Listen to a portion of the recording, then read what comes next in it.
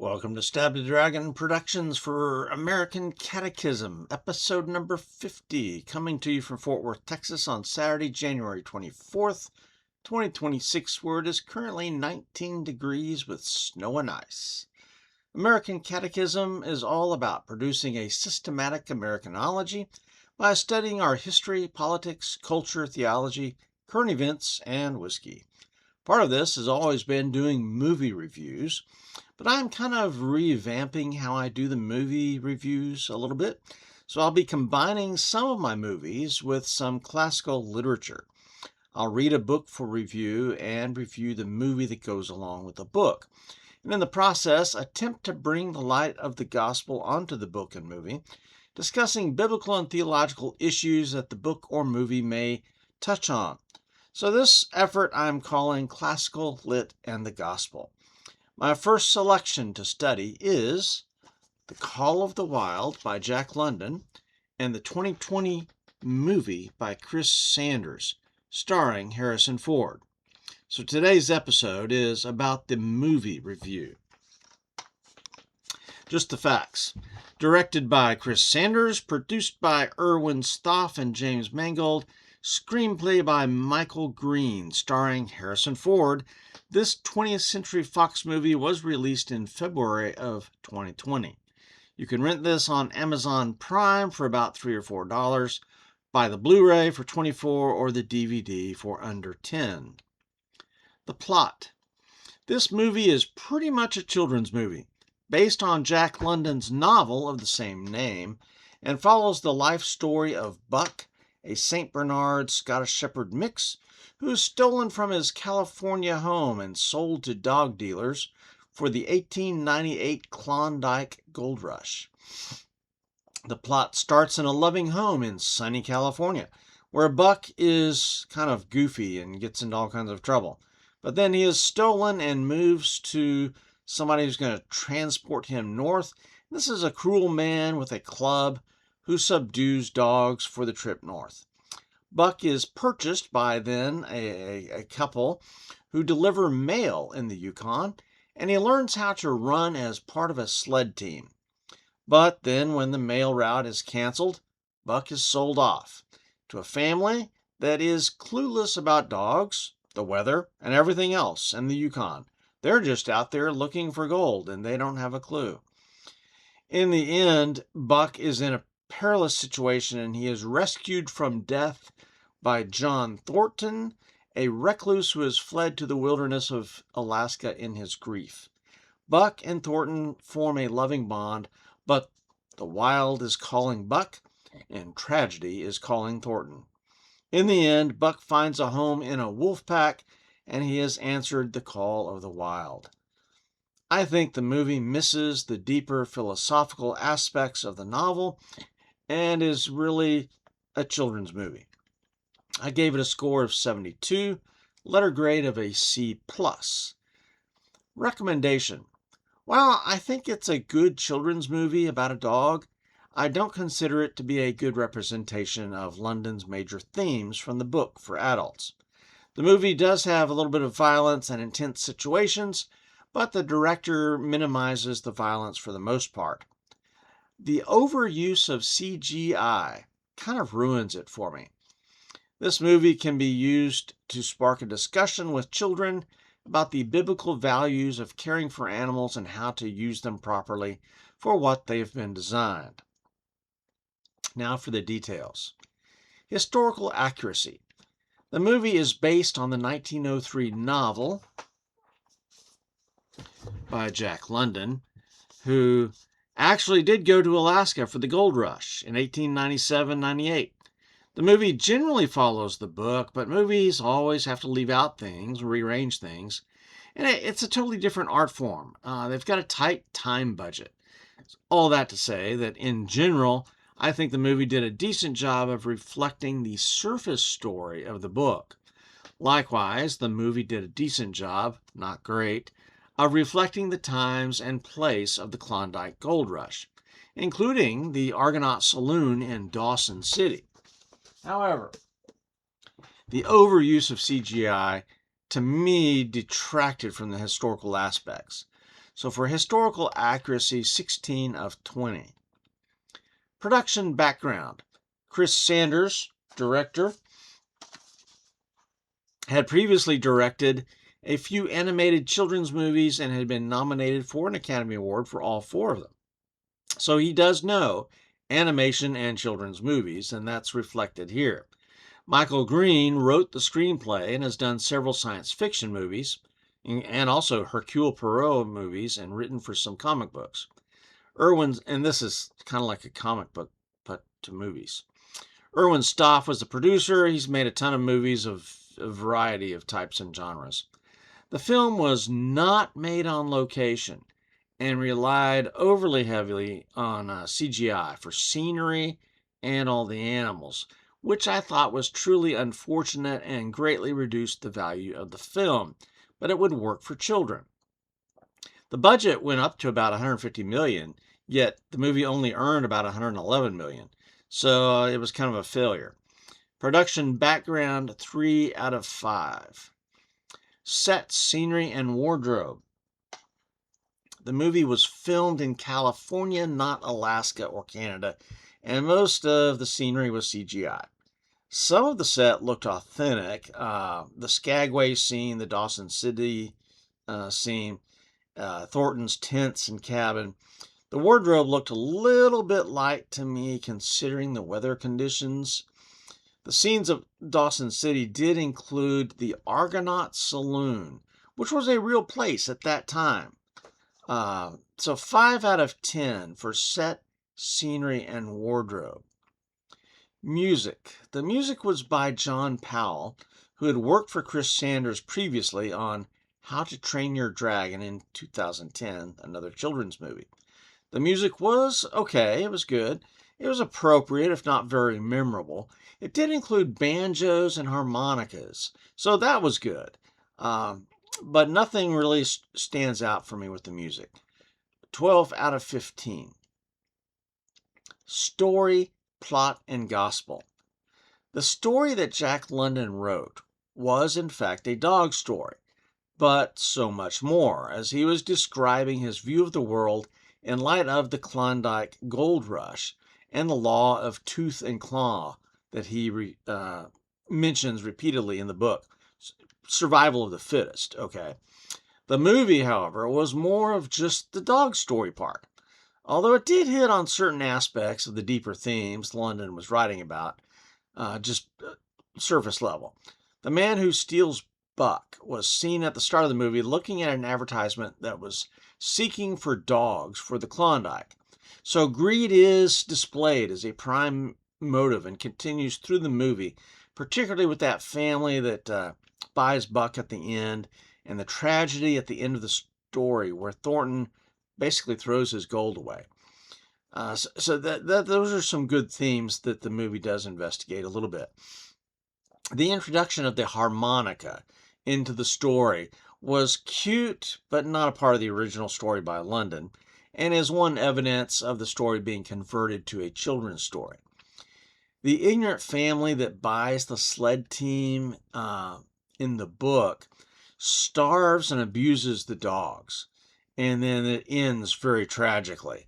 But parts of that are left out in the movie entirely. Again, I think that's to save the children from trauma.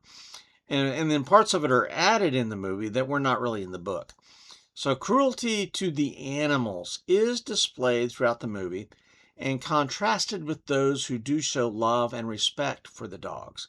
I think the French Canadians who run the postal route, their relationship with the dogs and with Buck was really quite good. That was a good portrayal. But how you treat your animals is a gospel theme that can be discussed with children, because taking care of animals is a biblical theme. The closing scenes of Buck with his new family of wolves, I thought that was good and well done, even though it's all CGI. And it kind of caps off the general theme of Buck answering the call of the wild. Another subplot that builds throughout the movie is the grief of John Thornton, who lost his son to an illness, and then he left his wife, and he's seeking solitude in the Alaskan wilderness and forms a bond with Buck. That part of the story ends in further tragedy, but it seems to be balanced out by the happy ending for Buck. So, all in all, for the story, plot, and gospel touch points, 16 out of 20. Acting. Having a name brand actor like Harrison Ford somewhat redeems the movie, but even then, with the main star being a CGI dog, not even a real dog, Ford takes a back seat, and I think his talent is somewhat wasted. Money, I'm sure Ford cost a lot of money. Money could likely have been saved by using a lesser known actor for much less. The actors who played Perrault, Omar Sy, and Francois Carragee, they were my clear favorites in the movie, and they did an excellent job of bringing humanity back into the story. That Greenhorn family of Hal, Mercedes, and Charles, Hal was Dan Stevens, Mercedes was Karen Gillan, and Charles was Colin Woodell. They were the perfect evil foils in the movie, if a bit overdone, perhaps. But, London brings that overdone bit out in the book a little bit. So I can't imagine the challenge, though, that all the actors faced by dealing with imaginary animals they could not see or touch while they're talking to them, interacting with them, petting them, hitching them up to the dog sled, etc. It's all CGI. And how the actors manage that's actually pretty hard acting. So they did a remarkably good job there, considering. So acting, 12 out of 15 points. Special effects. Well, the entire movie was one huge special effect, with most of the show relying on CGI, from Buck and all the other animals, and there's other animals involved, to the beautiful scenery of Alaska. It was all fake. Oof. I'm not a fan of CGI. I mean, it is an art form, but it should be used sparingly. You can spend your production money on computer wizards, or you can actually go to Alaska, hire a real dog team with real dogs, and make a good movie. They made their choice. The effort to make Buck have human looks and emotions, I think that shows it's a kid's movie, and it was good for a kid's movie, but not really for me. So special effects, 6 out of 10. Bonus points. Well, I think it's a pretty good children's movie. There's a couple of rough spots in there. There is a little bit of violence and trauma going on. I think a couple of bad words, but this is not the movie I was hoping for to go along with the book. I was looking more for the adult-themed movie, and that's simply not what this is. So for bonus, 2 points out of 5. Giving me a total score of 72. A letter grade for importance and enjoyability, C+. Gospel analysis and recommendation. This movie, I think, was a pretty good children's movie, but still has several intense moments and violence, a couple of bad words, but the violence is muted in some bad ways, so I think it could be scary for younger children. There are a couple of near drowning scenes, and there's one implied. There's a shooting, there's a death and a fire, and several muted scenes of dog violence through being beaten, whipped, or dog fights. So it can be intense for young children, perhaps. But the movie, I don't know that it would hold the interest of teenagers. So you're looking at preteens, maybe is the audience here. The film could be a good motivator to spur children on to read the book, perhaps. And if you have read the book and we're looking for a good movie adaptation, I think this movie falls short. The adult themes of the book are only vaguely touched on. For parents or a church youth worker interested in a movie that sparks a gospel conversation, the movie can be useful along two minor fronts. There's the animal cruelty thing, the issue presented in the movie. So you can bring up Bible passages that speak about taking care of animals, all the way from Genesis 1 and 2, Proverbs 12:10, the righteous care for the needs of their animals, Deuteronomy 22, if you see your fellow Israelites' ox or sheep straying, do not ignore it, but be sure to take it back to its owner. If they do not live near you, or if you do not know who owns it, take it home with you and keep it until they come looking for it and then give it back. Do the same if you find their donkey or cloak or anything else they've lost. Don't ignore it. And if you see your fellow Israelites' donkey or ox fallen on the road, do not ignore it. Help the owner get it to its feet. 1 Timothy 5:18, do not muzzle the ox while it is threshing. That may be the most appropriate passage for this dog story. Proverbs 27:23, know the condition of your flocks, give careful attention to your herds. So I think the movie, if you want to present it to your children with the aspect of teaching them about caring for animals, this may be a good movie, and you can bring these passages of Scripture in. And this gives you a historical point as well. The Royal Society for the Prevention of Cruelty to Animals, the RSPCA, was founded in England by Reverend Arthur Broom in 1824. And the organization was founded primarily by Christians with a biblical worldview regarding animals. They wanted to stop dog fights, cockfights, bear baiting, all kinds of cruelty that was going on with animals.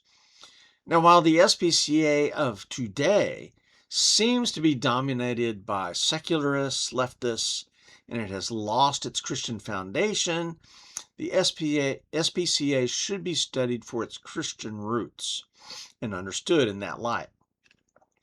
Dog sleds are still in use today in places like Alaska, Canada, and Greenland. The Iditarod dog sled race is an annual event going from Anchorage to Nome, Alaska, over a journey of well over 900 miles. With all the talk about Greenland these days in the Trump administration, the history of Greenland in World War II is worth studying. Should be remembered because there was a use of dog sleds in patrolling Greenland because the Nazis had invaded Greenland. And that's a great story in and of itself. In the end, I think the movie is a good children's movie that can be used for a biblical discussion of how God wants us to use animals and care for them. I could not recommend the movie for an advanced discussion of the law of tooth and claw, survival of the fittest, social Darwinism that Jack London was actually interested in.